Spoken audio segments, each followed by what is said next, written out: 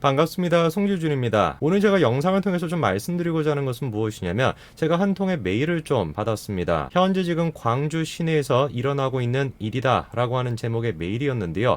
그 메일을 읽어보고 제가 깜짝 놀랐습니다. 도대체 광주에서 무슨 일이 현재 벌어지고 있는지 오늘 제가 영상을 통해서 말씀드리도록 하겠습니다. 같이 한번 보시죠. 사진을 일단 좀 보시면은요. 이게 지금 현재 광주 시내에서 벌어지고 있는 일이라고 합니다. 플래카드를 들고 사람들이 지금 행진하는 것처럼 보이는데 그 플래카드에 다음과 같은 내용이 적혀 있네요. 이석기 의원 사면 복권하라 라고 하는 내용입니다. 차도까지 지금 점거하고 이석기의 사진까지 지금 들고서 저렇게 지금 시위를 하고 있죠. 그리고 저 사람들이 지금 지나다니면서 이런 식의 전단지까지도 배포하고 있다고 합니다. 아마 지금 영상을 보고 계시는 대부분의 분들은 그렇게 생각하실 거예요. 야, 광주니까 정치적으로 아무래도 그쪽에 있는 사람들이다 보니까 이석기에 대해서 저런 식으로 생각할 수 있겠다 라고 생각하실 것 같은데요. 충격적인 거 제가 한 가지를 더 보여드릴까요? 저런 식으로 지금 이석기를 석방하고 이석기를 사면해라 라고 하는 내용이 그냥 단순하게 광주 지역에서만 벌어지고 있는 게 아닙니다. 자, 보시게 되면 이석기 사면, 이석기 복권, 이게 지금 마찬가지로 광화문에도 있고요. 대표적으로 보수적인 지역이다 라고 여겨지는 대구에서조차도 이런 식의 지금 시위를 하고 있습니다. 대구 지역뿐만이 아닙니다. 청주 지역에서조차도 이런 식으로 이석기 의원 석방하라 라고 하는 운동이 지금 벌어지고 있다고 합니다. 그러니까 한번 봐야 되겠습니다. 도대체 저 사람들이 무슨 생각을 가지고 있는 것일까? 무슨 생각을 가지고 이석기를 지금 석방해야 된다, 그런 얘기를 하는 것일까? 한번 우리가 봐야 되겠습니다. 자, 이 사람들이 지금 이렇게 주장하고 있습니다. 국정원의 내란 음모 조작 사건으로 구속이 된 지 벌써 8년째라는 것이고, 자주의 평화의 새로운 시대를 위해 이석기 선생은 석방되어야 한다. 미국의 굴종과 억압의 다른 이름인 한미동맹을 해체하고 남과 북이 평화체제를 구축하는 것이 절실한 시대적 과제이고 그 길에 앞장섰다라고 하는 이유로 이석기 선생은 옥에 갇혀 있습니다. 일단 지금 저 글에서 얘기하고 있는 거를 제가 이제 하나하나씩 좀 반박을 하긴 할 건데, 반박하기 전에 일단 제가 제일 처음 드는 생각이 뭐냐면, 아니 저런 글을 쓰는 사람들은 왜 저렇게 어투가 이상하냐 이거예요. 옥에 갇혀있다, 이석기 선생, 이게 무슨 막 조선시대인지 21세기인지 구분이 안 됩니다. 하나같이 막 레파토리까지도 다 정해져 있는 것 같아요.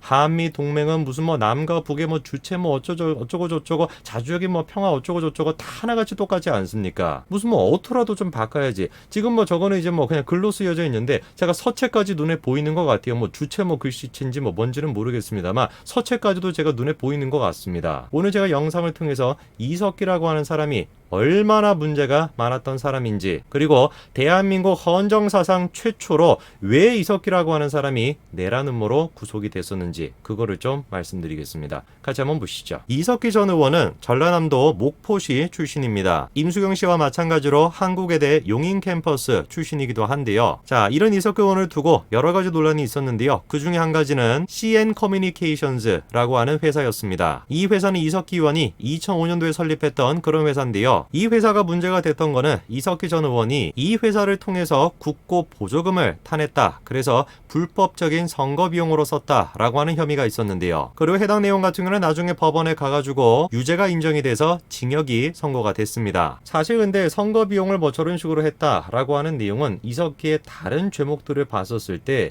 죄라고 얘기하기도 어려울 정도입니다. 이석기 하면 우리가 빼놓을 수 없는 게 뭡니까?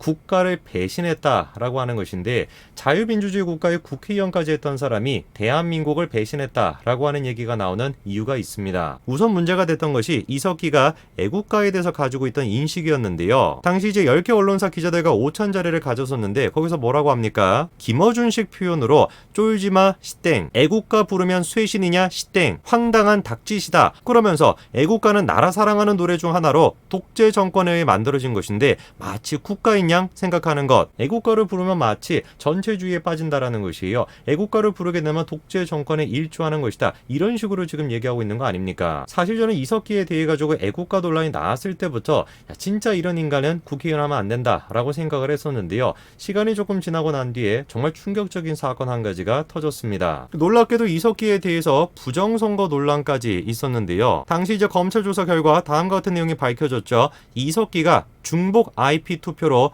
58%나 득표했다라는 거예요. 구체적으로는 전체 11,235표를 득표를 했는데요. 그 중에서 온라인으로 투표를 했던 게 11,136표였습니다. 그런데 그 중에서 동일 IP로 투표를 받은 것이 5,965표로 58%나 됐던 것이죠. 사실상 동일 IP가 없었다면 이석기가 국회의원이 되기 어려웠을 수도 있다라고 하는 것인데, 당연히 저런 내용이 공개가 됐으면 정상적인 사람이라면 어떻게 하겠습니까? 아, 국회의원진 내가 사퇴를 하겠다, 당을 위해 가지고 내가 사퇴하겠다, 그래야 되는 거 아니겠어요? 근데 그때 당시에 이석기가 보여준 반응은 뭐였습니까? 사퇴하지 않겠다라는 겁니다. 그러면서 하는 얘기가 진보 정당의 특성에 대한 몰이해에서 비롯된 것이다. 조중동을 비롯한 보수 언론에 의해 확대가 되어 문제가 변질됐다, 이렇게 얘기합니다. 아니 무슨 뭐 1, 2% 정도가 잘못 그렇게 됐으면은 시스템의 오류다라고 우리가 이해할 수가 있죠. 근데 이거는 50%가 넘는 게, 과반이 넘는 게 저런 식으로 중복 IP로 투표가 됐다라는 것인데, 그거에 대해서 지적하니까 뭐라고 합니까? 야, 그거는 있잖아, 진보 정당에 대한 몰이해에서부터 비롯된 오해인 것이야, 이렇게 얘기합니다. 아니 진보 정당이 무슨 놈의 특징인데요? 그러니까 저렇게 뻔뻔하게 사퇴까지 안 했다라는 거, 그것이야말로 이석기가 있었던 통합진보당이 진보 정당이 아니라 종북 정당이었다, 그거를 보여주는 거 아닙니까? 뭔 잘못을 하든지 간에 부정선거와 관련된 논란이 있다라고 할지라도 그냥 밀어붙일 수 있다라는 거, 그게 종북 정당의 특징이죠. 그리고 가장 결정적으로 이석기가 구속이 됐던 사건이 있었습니다. 이석기가 했던 강연록, 이게 이제 문제가 됐었던 것인데요. 당시 이제 모임에서 이런 얘기를 합니다. 현 정세는 새로운 질서가 교체가 되는 격변기다. 회의에 참석한 사람들은 그리고 분반 토론을 통해서 어떤 식으로 구체적으로 대한민국의 주요 시설들을 차지할 것인지, 어떤 식으로 대한민국을 마비시킬 것인지, 그거에 대해서 논의했다라는 거, 이게 바로 이석기가 구속이 됐던 가장 결정적인 사건입니다. 이른바 이석기의 내란 선동, 내란 음모 사건이었습니다. 1심에서는 다음과 같이 판결을 했습니다. 피고인들을 비롯 비롯한 회화 참석자들 130여 명은 주체 사상을 지도 이념으로 비밀리에 활동하고 있는 아로 구성원들이다. 아로의 존재를 충분히 인정할 수 있고 이석기가 조직의 총책이다. 이렇게 판결을 했죠. 근데 2심에서 같은 경우는 아로에 대해서 객관적인 증거가 없다면서 내란 모의를 준비했다라고 하는 정황만 인정을 했습니다. 그리고 이런 식의 입장은 대법원도 똑같았는데요. 분명히 그런 식의 정황 자체가 의심이 드는 것은 사실이라면서도 아로에 대한 증거가 없다고 지적을 했었죠. 그래서 최종적으로 이석기에 대해서 적용이 됐던 혐의는 내란 음모가 아니라 내란 선동이었습니다. 내란 음모가 적용이 되기 위해선 합의가 됐건 위험성이 됐건 모든 내용들이 구체적이어야 됩니다. 한마디로 증거가 있어야 된다는 것이죠. 근데 내란 선동 같은 경우는 어떻습니까? 실행에 대한 개연성만 인정이 되면 됩니다. 그 사실상 실행을 안 했다라는 것뿐인 것이지 실행까지 이어질 수 있는 충분한 개연성이 있다라고 하는 걸 1심, 2심 대법원 모두가 다 확인을 해준 것입니다. 당연히 이런 면을 생각을 해봤을 때 이석기라고 하는 사람 그리고 통합진보당이라고 하는 사람들은 대한민국의 국회의원으로서 정당으로서 인정받으면 안 되는 것이죠. 사면은커녕 복권 또한 당연히 이루어져서는 안 되는 사람, 그 사람이 바로 이석기입니다. 근데 기가 찬 게 뭐예요? 계속 해가지고 해마다 지금 이석기에 대해 가지고 전국적으로 사면시켜야 된다, 복권시켜야 된다, 복권하면 어떻게 될 건데 다시 국회의원 하겠다라는 거 아닙니까? 이런 지금 운동이 벌어지고 있다라는 것이죠. 대선이 점점 지금 코앞으로 다가오고 있는 상황에서 글쎄요, 문재인 정부가 지금 궁지에 몰려 있는데 궁지에 몰려 있는 문재인 정부가 어떤 선택을 하게 될지 한번 우리가 지켜봐야 되겠습니다. 오늘까지 말씀드리겠습니다. 감사합니다.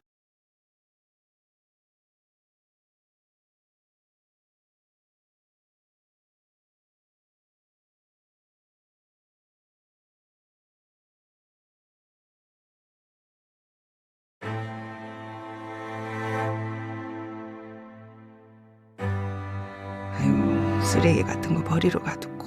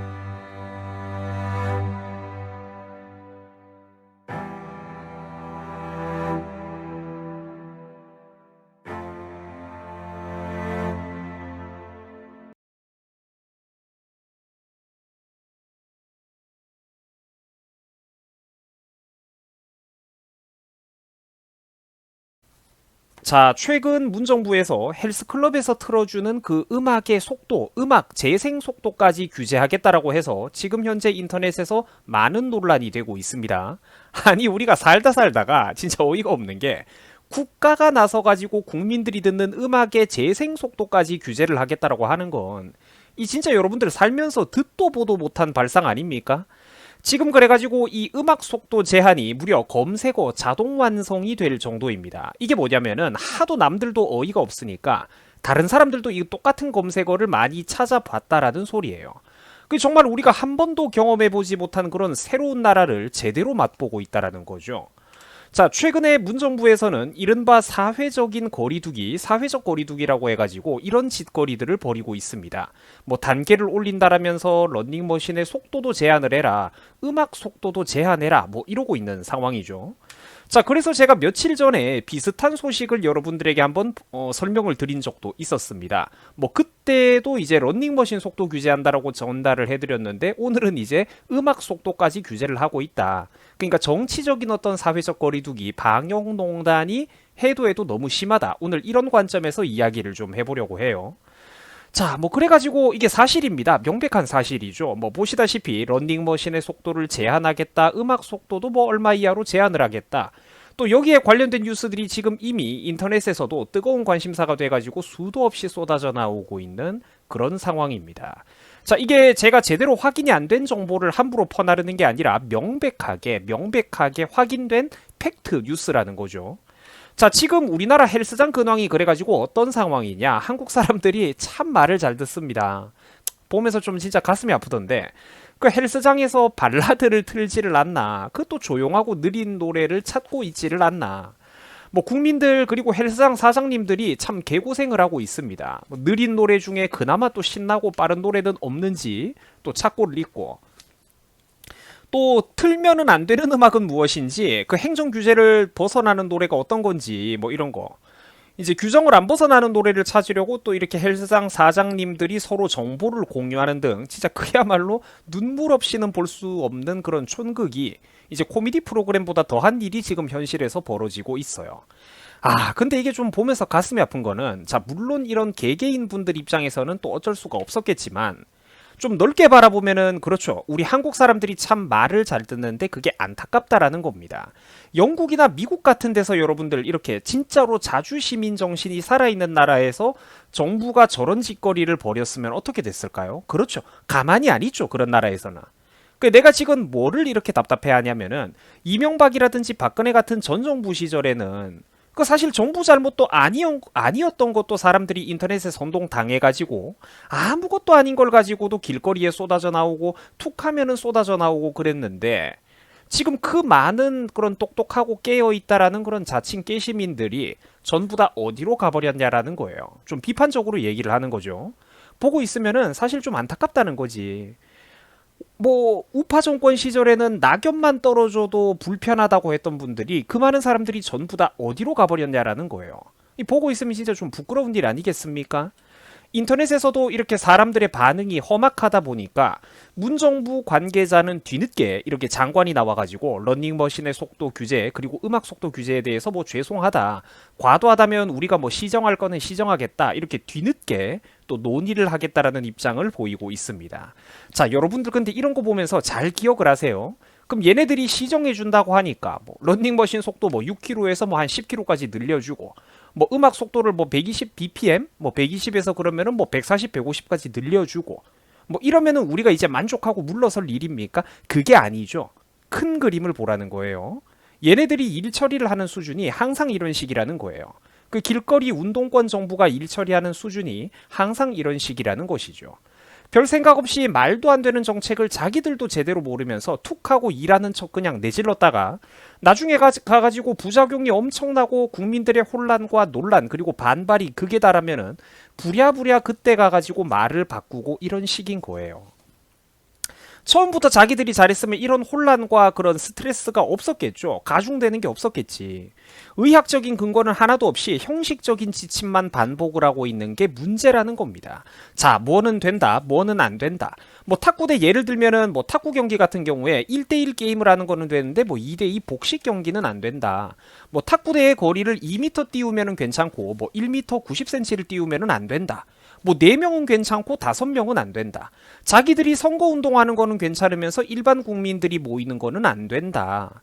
따로따로 방문한 손님은 괜찮은데 서로 아는 사이면은 안 되고, 뭐 아는 사이면은 여러분들 뭐 그러니까 모르는 사이면은 바이러스가 서로 피해갑니까?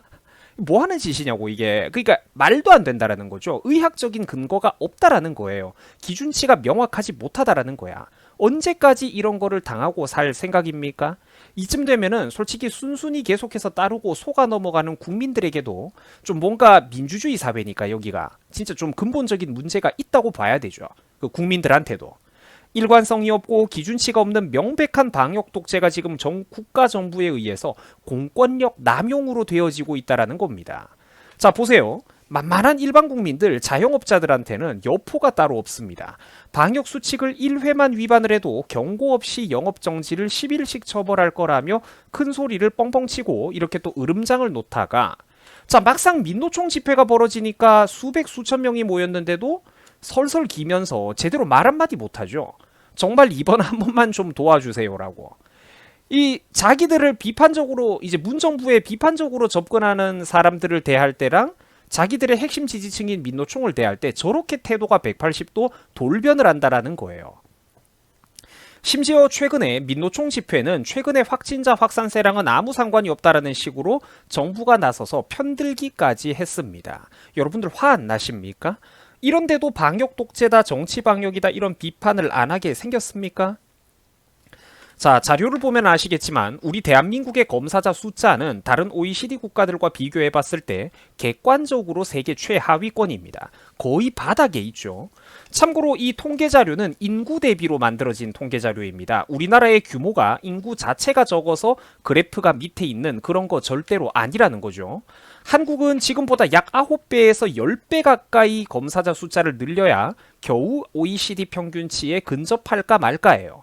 이게 무슨 소리냐면은 우리나라는 기본적으로 검사를 하고 있는 검사자의 숫자 자체가 매우 적다라는 소리입니다. 지금 한국이 매일같이 확진자가 몇 명이네, 몇 명의 확진자가 나왔네 이러는 거는 통계학적으로 봤을 때 가치가 전혀 없는 헛짓거리입니다. 지금 대한민국의 검사자 숫자는 이 규모 자체가 너무나도 적기 때문에 미국이나 영국 같은 나라가 진짜로 고지고대로 팩트로 이렇게 공공장소에서 검사를 하듯이 검사자의 규모 자체를 우리나라에서도 만약에 확 늘려버린다면은 확진자가 정말로 엄청나게 늘어나게 될 겁니다. 상식적으로 당장 오늘 서울 지하철을 이용했던 사람들 수백만 명을 한번 전수조사한다라고 여러분들이 생각을 해보세요. 확진자가 그 중에서 과연 몇 명이나 나올 것 같습니까? 나는 서울 지하철 하나만 해도 한 5천 명 쉽게 넘지 않을까 그런 생각이 들거든요.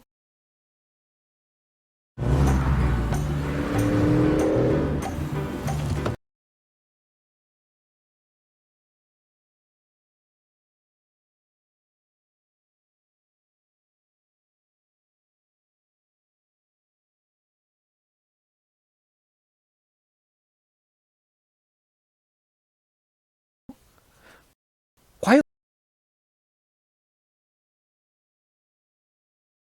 오늘 이용했던 수백만 명을 전수조사하면은 과연 확진자가 단 한 명도 없을까요? 그러면은 한국 지하철공사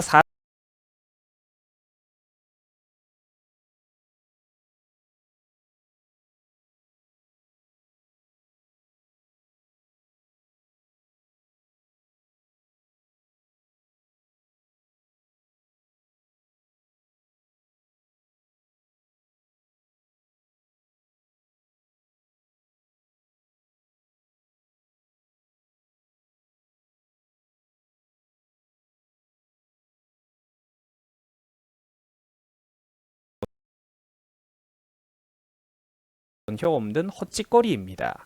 지금 대한민국의 검사자 숫자는 이 규모 자체가 너무나도 적기 때문에 미국이나 영국 같은 나라가 진짜로 고지고대로 팩트로 이렇게 공공장소에서 검사를 하듯이 검사자의 규모 자체를 우리나라에서도 만약에 확 늘려버린다면은 확진자가 정말로 엄청나게 늘어나게 될 겁니다.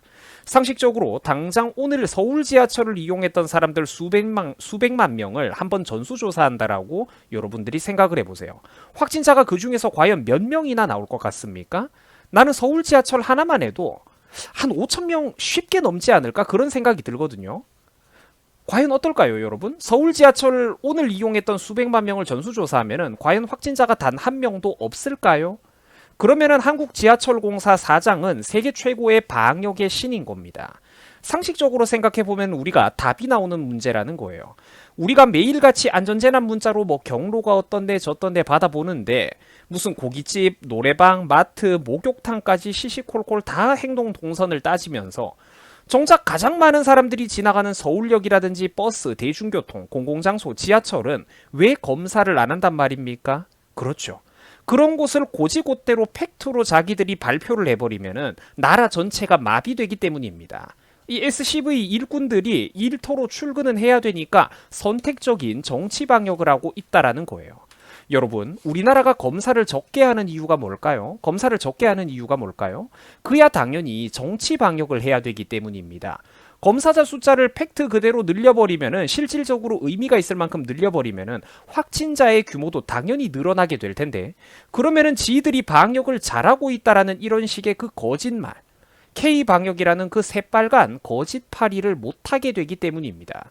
정치적인 상황 유불리에 따라 가지고 이거를 늘렸다가 줄였다가 정부에 반감 있는 국민들이 한 장소에 못 모이도록 통제를 하고 그 사람들의 어떤 분노를 흐트러뜨려 버리는데 와해시켜 버리는데 최고로 유용한 도구인데 이제 임기가 다 끝나가고 있는 문정부가 이 카드를 자기들 스스로 이 레임덕의 기간에 포기할 리가 있겠습니까? 아니라는 거죠. 끝까지 절대로 아닙니다.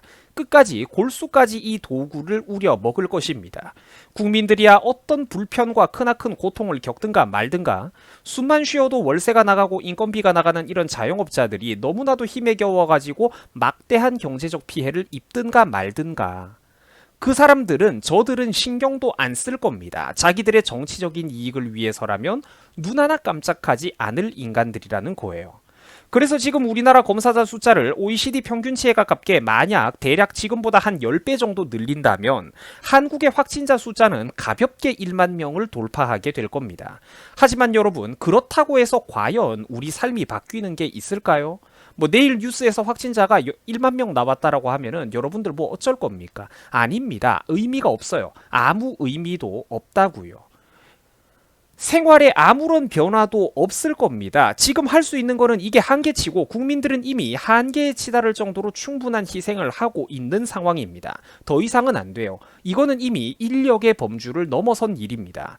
해마다 계절 독감이 유행을 하고 신종 플루가 그렇게 무서웠다가 지나갔듯이 무슨 해마다 일본 뇌염 얘기가 그렇게 많이 나오듯이 결국은 조심하고 우리가 약을 준비하고 필요한 사람은 백신을 맞고 그렇게 각자가 알아서 해결해 나가야 될 일입니다. 이거는 이미 지구상에서 우리와 공존하게 된 그런 질병이라고 봐야 되는 거예요. 이미 그런 세상이 와버렸다라는 것입니다. 언제까지 그러니까 중요한 거는 뭐 당연히 뭐 잘할 거는 잘해야 되겠지만 언제까지 이런 식으로 국민들 그리고 자영업자들에게 무한한 희생을 강요하면서 실제로 정치권에서는 철저히 반정부 여론을 통제해가면서 쏠쏠한 재미를 보도록 내버려 두실 참입니까? 언제까지 이런 말도 안 되는 국가 공권력의 남용과 개인의 자유가 침해되는 막장스러운 상황을 우리가 지켜봐야만 되는 걸까요? 우리나라 사람들은 한때 미국이나 유럽 선진국 사람들이 정부의 과도한 통제에 맞서가지고 시위를 하는 걸 보면서 저들이 어리석다라고 단순하게만 이런 사건을 바라봤던 적이 있었습니다. 자, 근데 시간이 지나고 보니까 점점 그게 아니었죠. 최근 유럽에서는 유로 축구 대회가 벌어지기도 했었고 어마어마하게 많은 사람들이 마스크도 안 쓰고 나와서 버젓이 그냥 잘만 모여가지고 응원을 하고 축제 분위기를 즐겼습니다. 수많은 사람들이 잘만 일상생활을 하고 있으며 마스크도 집어던지고 있죠. 자, 선진국 사람들은 왜 길거리로 쏟아져 나왔던 걸까요? 한국 국민들보다 과연 의학 보건에 대한 지식이 부족해서 그랬던 걸까요? 그 사람들은 왜 자주의식이 살아있는 그런 서구권의 국가들은 왜 자영업자들을 향한 그런 과도한 통제에 반발을 하고 적극적으로 자기들의 목소리를 냈던 걸까요? 왜 그 사람들은 정부에 적극적으로 불평, 불만을 표출을 했던 걸까요? 우리보다 참을성이 부족해서? 그게 아니라니깐. 그들은 바이러스보다 더욱더 무서워하고 걱정했던 그 무언가가 있었다라는 겁니다. 이제는 우리나라 국민들도 그게 무엇이었는지 뭔가 우리들 가슴 속에서 저마다 느끼는 게 있어야 되지 않겠습니까? 한국 사람들 착해도 너무나도 착합니다. 순해도 너무나도 순합니다. 솔직히 말하면 좀 바보 같은 거죠. 끌고 가면은 끌고 가는 대로, 끌고 오는 대로, 또 선동을 하면 선동을 하는 대로 통제를 너무나도 잘 당합니다. 조련을 너무나도 잘 당해요. 가슴 아프지만 이게 우리나라 국민들의 객관적인 민낯입니다. 아직까지 정치의식 수준이 갈 길이 멀었다라는 거예요. 민주라든지 시민이라든지 이런 허울 좋은 가치관들을 우리는 그동안 뭣도 모르고 떠들어댔지만 실제로 우리나라 국민들의 현 주소는 정치 세력과 언론, 바람잡이 기득권 세력이 없으면은 이 파편화되어 있는 불쌍한 개개인의 국민들과 대중들은 스스로 판단조차 내리지도 못하고 분노조차 하지 못합니다. 이게 내가 불평을 해야 되는 일인지 화를 내야 되는 일인지 스스로 감정 조절조차 못한다라는 거예요. 그 어떤 숨막히는 통제와 자기들의 사업 환경에 부당한 이런 행위가 들어와도 삶의 터전에 가혹한 규제가 행정 규제가 들어와도 다들 찍소리조차 저항조차 못하고 있습니다. 수많은 전문가들도 입을 닫고 있고 야당도 이 프레임 위에 그대로 넘어가고 있어요. 이 판 자체가 잘못됐다라고 깨부수려는 사람이 지극히 부족한 상황입니다. 이런 것들을 믿고 무슨 정치를 하고 무슨 어떤 개혁을 하겠습니까? 서구 선진국 사람들이 무엇을 그렇게 걱정하고 저런 행동들을 했던 것인지 우리나라 사람들도 이제는 깊이 고민을 해봐야 되는 부분입니다. 자기들의 가슴 속에 스스로 한번 물어볼 일입니다. 우리는 저들과 저들은 우리와 무엇이 달랐었는지 말이죠. 자, 여러분들 시청해 주셔가지고 감사합니다. 여러분들 고맙습니다.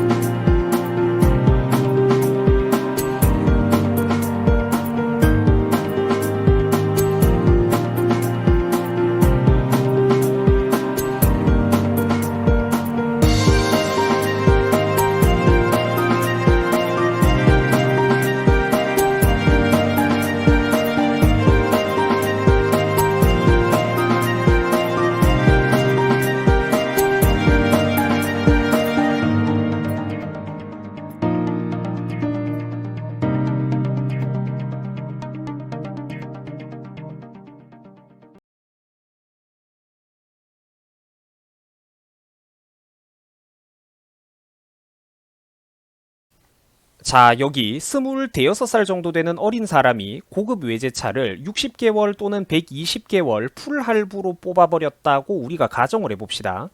자, 인생이 너무 쉽고 만만해가지고 인생 온라인의 난이도를 일부러 하드 난이도로 패치를 하고 있는 그런 친구죠. 나중에 요금 청구서가 날아들기 시작하면은 이 불쌍한 친구에게 앞으로 무슨 일이 벌어지게 될까요? 아마 나도 알고 여러분들도 알고 있을 겁니다. 자, 오늘 여기에 빗대가지고 우리 대한민국이 처해 있는 현재 상황과 그 미래를 한번 실감나게 살펴보도록 하겠습니다.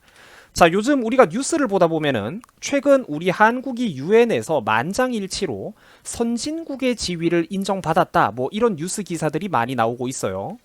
자, 이게 얼핏 보면은 뭔가 우리가 랭크를 한 단계 승급한 것 같고 레벨업을 한 것 같고 전직을 한 것 같고 이제 되게 좋게 들리죠.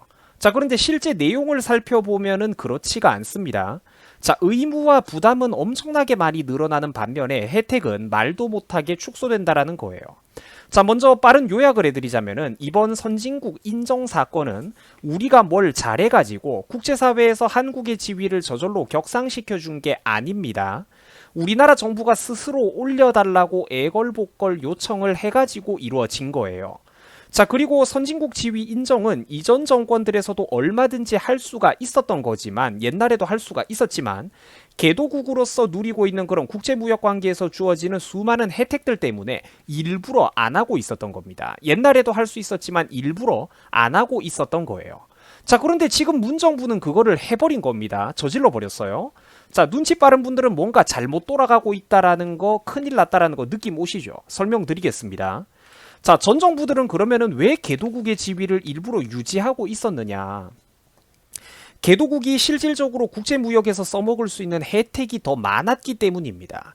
개도국은 국제무역 관계에서 수입품에 대해 높은 관세를 부과하는 게 가능해요. 자국의 각종 생산물이나 농산물들이 최소한 어느 정도는 살아남을 수 있도록 국가가 보조금을 지급할 수 있다든지 이런 혜택들이 있습니다. 자국의 산업을 보호하기 위해서 각종 보호경제 정책들이 상당 부분 허용이 되어 왔던 겁니다. 자, 물론 우리나라 같은 경우에는 사실 이 농업이라든지 경쟁력이 뒤떨어지고 개혁이 시급한 분야들도 솔직히 있는 거는 사실입니다.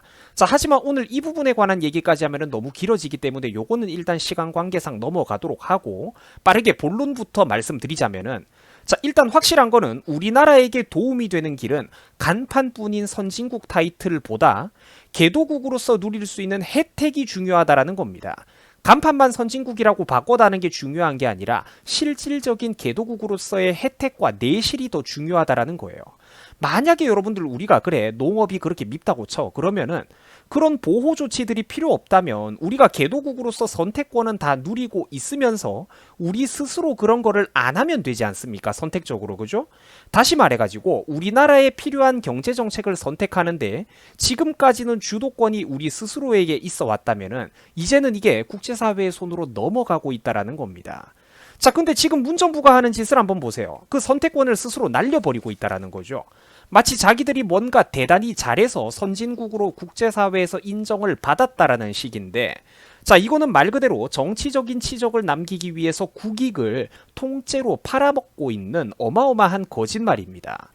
이렇다 보니까 벌써 젊은 기자들조차도 선진국 인정에 따를 비용이 걱정된다라며 우리 한국이 앞으로 국제무역사회에서 겪게 될 그런 여러 가지 어려움들, 여러 수많은 실리들을 잃게 되는 것을 걱정하고 있는 형편입니다. 자, 또 다른 비판적인 뉴스 기사입니다. 선진국이라고 자랑하고 있지만 곧바로 청구서가 날아올 것이다. 여러분들 의미심장하지 않습니까? 이 헤드라인이. 국제사회에서는 이른바 유엔 무역개발회의라고 하는 게 있습니다. 최근 우리 한국의 지위를 개발도상국에서 선진국 그룹으로 변경했니 어쩌니 하고 있는 곳이죠. 자, 그런데 이 유엔 무역개발회의가 개도국에서 선진국으로 지위를 바꾼 나라는 우리 한국이 처음이라고 합니다. 자, 정말이에요. 개도국에서 굳이 선진국으로 지위를 바꾼 거는 우리나라가 처음이라고 합니다. 자, 이게 좋은 게 아니라는 게 뭔가 불안하다라는 느낌이 오시죠? 한번 생각을 해보세요. 지하자원이라든지 국토 면적이 넓다든지 인구가 많다든지 우리나라보다 타고난 피지컬이 더 크고 좋은 만만찮은 중견국가들이 세계에 얼마나 많이 있는데, 자, 다른 나라들은 왜 안 했을까요? 우리나라보다 무능해서? 우리가 잘나서? 그게 아니죠. 어설프게 간판만 선진국이라고 바꿔 달아봐야 이게 얻는 것보다는 실제로는 나가고 잃는 게 많으니까 받는 것보다는 국제사회에 내놓고 인심 쓰고 부담해야 될 의무가 훨씬 더 많아지니까 요금 청구서가 답이 없기 때문에 다른 나라들은 안 했던 겁니다. 능력이나 자격이 부족해서가 아니라 다른 나라들은 일부러 안 하고 있었다는 거고요. 자, 이렇다 보니까 언론사들도 곧 있으면은 선진국 요금의 청구서가 날아올 것이다. 이게 과연 기뻐할 만한 일일까? 이렇게 걱정을 하고 있는 상황입니다. 아마 평소에도 여러분들이 배경 지식이 좀 있는 분들이었다면은 우리나라가 선진국이 됐다 어쩌고 이런 뉴스를 보자 말자 가장 먼저 이 생각부터 들었던 분들이 많으실 거예요. 자, 이명박 박근혜 정부를 비롯해가지고 전 정부들은, 지난 정부들은 개도국의 지위가 주는 여러 가지 무역과 경제, 산업상의 혜택과 선택지들 때문에 일부러 선진국으로의 지위 변경을 신청하지 않았습니다. 자, 그러나 지금 문정부는 자기들 스스로 선진국이라고 제발 인정 좀 해주세요. 이렇게 유엔 국제기구에다가 신청을 했단 말이죠. 그러고 나서는 국제사회가 우리를 인정해 줬다. 이게 다 자랑스러운 우리 문프의 위대하신 영도력 덕분이다. 이렇게 홍보를 하고 있어요. 자, 근데 국제사회가 여러분들 한국의 승격을 만장일치로 찬성하는 게 당연하죠. 왜 그럴까? 한국이 앞으로 받아먹을 수 있는 수많은 혜택과 자국 산업의 보호 조치들을 자기 스스로 내려놓고 있고 앞으로 국제사회에다가 더 많은 책임들을 부담하겠다, 책임과 의무를 부담하겠다라고 하는데 당연히 국제사회 입장에선 이거를 찬성을 해주지 않겠습니까? 받아먹는 거는 적고 내놓는 거는 많겠다는데 정말로 확실하게 우리나라가 부자 나라가 되고 만약에 그리고 탄탄해진다면 그때 가서야 뭐 우리나라도 체면도 좀 잡을 수 있고 인심을 좀 써야 할 수도 있겠죠. 그러나 지금 우리나라가 객관적으로 그렇게 폼 잡고 명품을 몸에 이렇게 걸치고 해도 되는 그런 상황입니까, 여러분? 돈을 어설프게 버는 사람이 함부로 온몸에 명품을 걸쳐 입고 비싼 외제차를 빈대가지고 끌고 다니면서 허세 부리다가는 가랑이가 찢어질 수도 있다라는 거예요.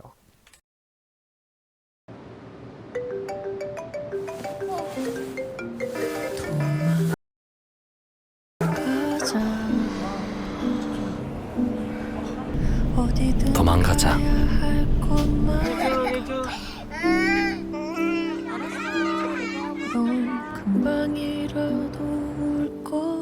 도망가자. 괜찮아.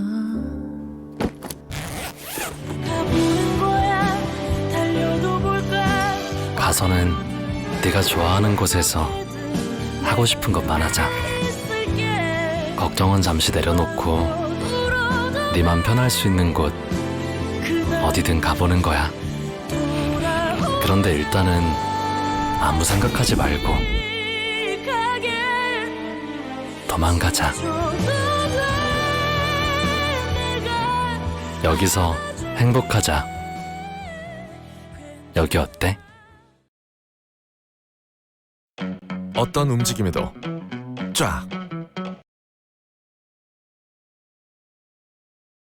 어떤 움직임에도 꼼짝 마. 어떤 움직임에도 쫙. 어떤 움직임에도 꼼짝 마. 오, 류마스터 플렉스. 향상된 신축성으로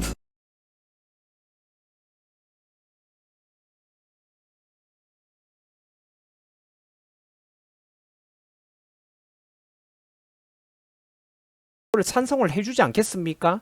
받아먹는 거는 적고 내놓는 거는 많겠다는데 정말로 확실하게 우리나라가 부자 나라가 되고 만약에 그리고 탄탄해진다면 그때 가서야 뭐 우리나라도 체면도 좀 잡을 수 있고 인심을 좀 써야 할 수도 있겠죠. 그러나 지금 우리나라가 객관적으로 그렇게 폼 잡고 명품을 몸에 이렇게 걸치고 해도 되는 그런 상황입니까, 여러분? 돈을 어설프게 버는 사람이 함부로 온몸에 명품을 걸쳐 입고 비싼 외제차를 빈대가지고 끌고 다니면서 허세 부리다가는 가랑이가 찢어질 수도 있다라는 거예요. 특히 농업 같은 경우에는 이게 선진국이냐 개도국이냐 이 의무의 차이가 매우 엄청나게 큽니다. 세계무역기구에서는 개도국들을 이제 국제자유무역질서대로 편입시키기 위해서 개도국의 약 150여 개에 달하는 특별 우대 조치들을 시행해 왔었습니다. 자, 그런데 우리가 선진국 타이틀을 어설프게 걸쳐 입는 순간 너 이제 부자네? 이러면서 이런 수백 가지 혜택들이 전부 다 사라지겠죠, 여러분? 선진국이 되면은 개도국 대비 그 관세율, 농업보조금 같은 거 등등 전부 다 대폭 이제 낮춰야 됩니다. 농촌에 찾아가가지고 이제 인사하고 웃는 얼굴로 막걸리 한 잔 얻어먹는 게 농민들을 위하는 길이 아니라는 거죠.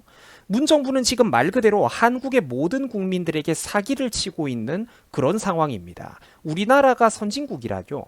이 지금 뭐 하는 짓입니까 이게?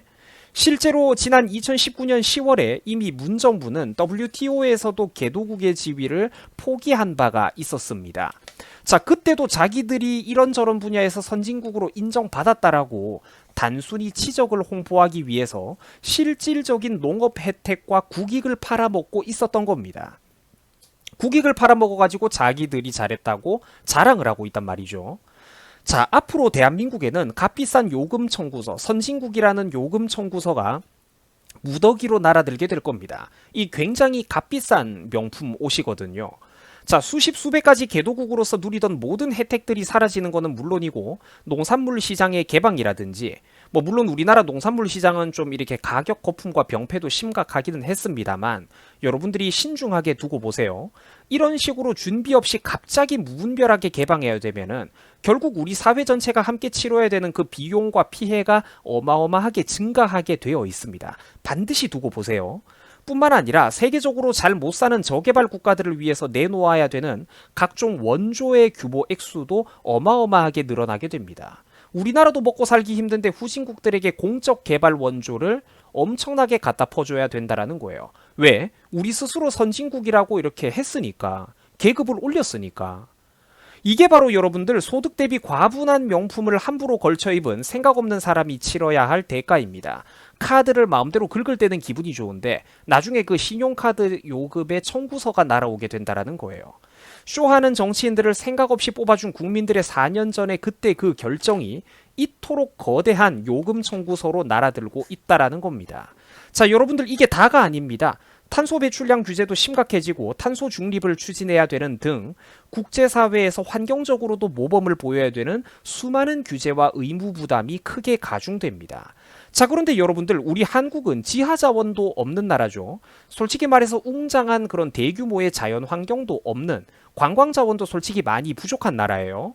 오로지 우리나라가 지금 먹고 살 수 있는 이유는 제조산업 덕분이고 자동차와 철강, 반도체, 중화학공업 이런 것들 산업 수출력으로 우리가 지금 먹고 살고 있는 나라인데 이런 나라에서 각종 환경 규제가 더욱더 엄격해지게 된다면은 과연 우리나라 기업들이 그 기준치를 맞춰가면서 국제사회에서 제품 단가와 경쟁력을 제대로 맞출 수가 있을까요? 속된 말로 우리나라 여러분들 진짜 뭐 된 겁니다. 큰일 난 거예요. 나라가 지금 세됐다니까.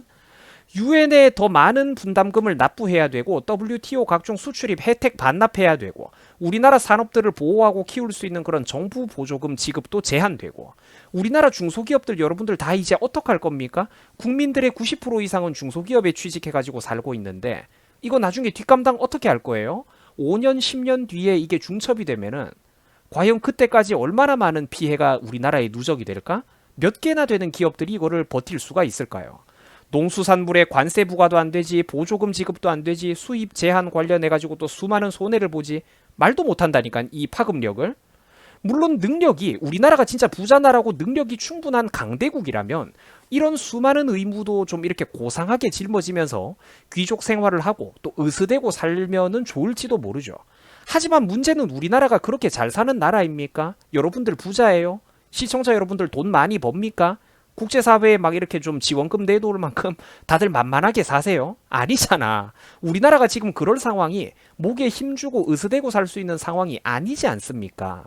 돈 들어갈 곳이 지천이잖아요. 우리나라 안에도. 미국이랑 패권 경쟁한다고 나대고 있는 저 거대한 중국조차도 일부러 개도국의 지위를 유지하고 있습니다. 그 이유는 물론 수많은 산업 수출입 혜택들을 누리기 위해서 또 자기 나라 산업에 이제 국가 보조금을 막대하게 지원을 해가지고 경쟁력의 우위를 확보하고 이를 기반으로 다른 나라들의 산업들을 무너뜨리고 자기네 나라 산업들은 더욱더 크게 보호하고 육성하기 위해서 일부러 저런 나라조차도 전략적으로 개도국의 지위를 유지하고 있다라는 거예요. 그러니까 이제 그 나라에서 싫다고 하면은 국제사회에서도 억지로 승급시켜주고 그러지는 않는다라는 겁니다. 만약에 우리나라가 선진국이 될 수 있는 자격을 꽤나 많이 갖췄다고 하더라도 겸손 떨면서 저희는 아직 멀었습니다. 부족합니다. 최대한 뽑아 먹을 수 있는 거 뽑아 먹으면서 내실부터 다지는 게 먼저 아니겠습니까? 국민들의 취업률이 1%라도 더 오르고 월급이 10만 원이라도 더 오르는 게 중요하지, 허울뿐인 우리나라 선진국이다라는 간판만 바꿔가는 게 뭐가 그렇게 중요합니까, 여러분? 나라야 어떻게 되든가 말든가 그저 국익을 팔아먹고 지금 당장 하루하루 눈속임으로 국민들을 속이고 잘한 척을 하면서 자기 퇴임할 때까지 그저 지지율 유지하면서 연명만 하려는 생각, 딱 그 생각밖에는 문정부에 없다라는 것입니다. 여러분들 두고 보세요. 지금 우리 대한민국은요, 분수에 안 맞는 선진국이라는 외제차 슈퍼카를 120개월 20몇 살짜리 친구가 10년 동안 풀 할부로 뽑아버린 그런 카푸어의 길을 가고 있는 것과 똑같습니다. 나중에 요금 청구서가 집으로 날아들기 시작하면은 이 불쌍한 젊은이에게 앞으로 무슨 일이 벌어지게 될까요? 나도 알고 여러분들도 알고 있습니다.